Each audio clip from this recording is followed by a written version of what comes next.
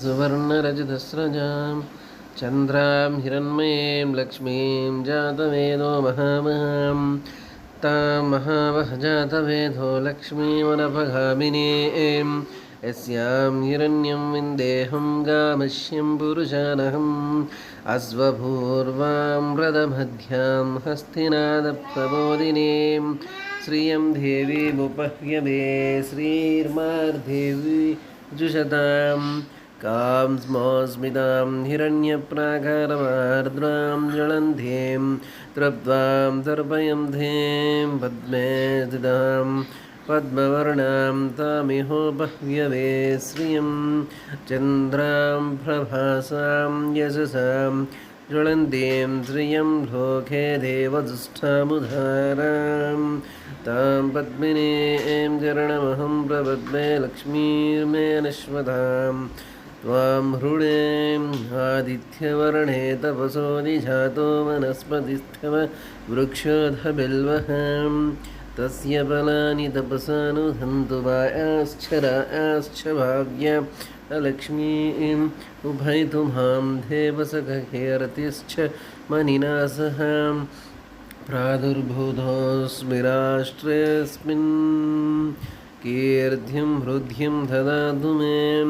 क्षोब्धिभासामलां ज्येष्ठामलक्ष्मीर्नाशहम्यहम् अभूतिमसमृद्धिं च सर्वान् निर्दुतमे गृहात् गन्धद्भारां दुरादर्शां नित्यपुष्टां किरीशिणीम् ईश्वरीं सर्वभूतानां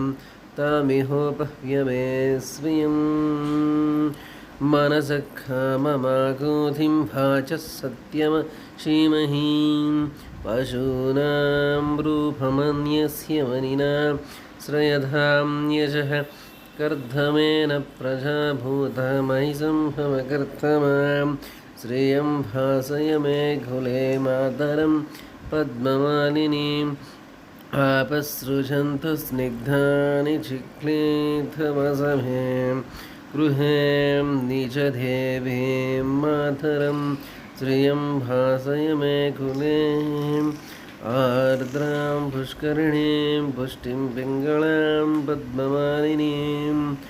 चन्द्रां हिरण्मयीं लक्ष्मीं जातवेदो महावहां आर्द्रां यत्कर्णीं यष्टिं सुवर्णां हेममालिनीं सूर्यां हिरण्मयीं लक्ष्मीं जातवेदो महावहां तां महावः जातवेदो लक्ष्मी मनपगामिनीं यस्यां हिरण्यं प्रभूतं गावो धास्वोऽस्वां विन्देहं पुरुषानहं महादेव्यश्च विद्महे विष्णुपत्न्यै च धीमहि तन्नो लक्ष्मी प्रचोदयात् ॐ कुसुमपुत्रे च विद्महे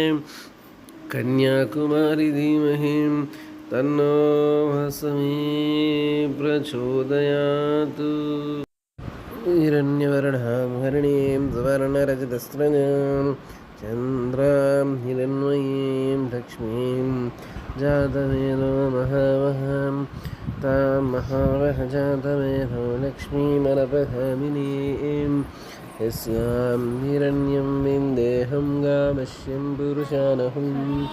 अश्वपूर्वां द्रदमध्यां हस्तिनादप्रबोधिनीं श्रियं देवीमुपह्यवीं श्रीर्वार्देवीर्जुषतां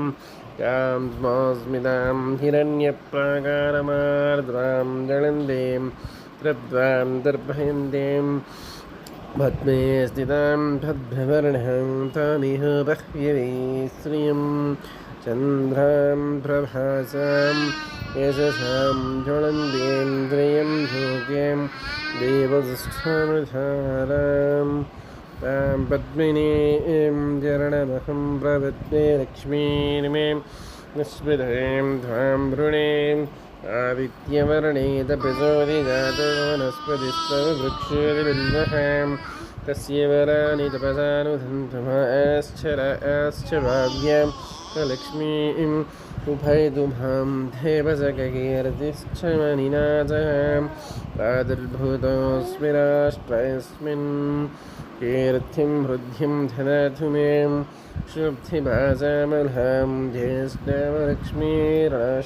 निहिम्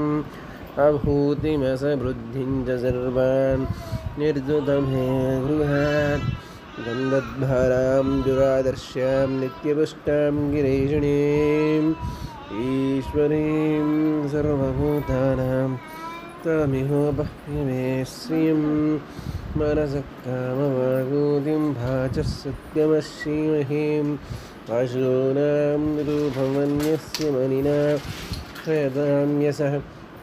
कर्तमेन प्रजाभूता महि सम्भवकर्तमां श्रियं भासय मे मातरं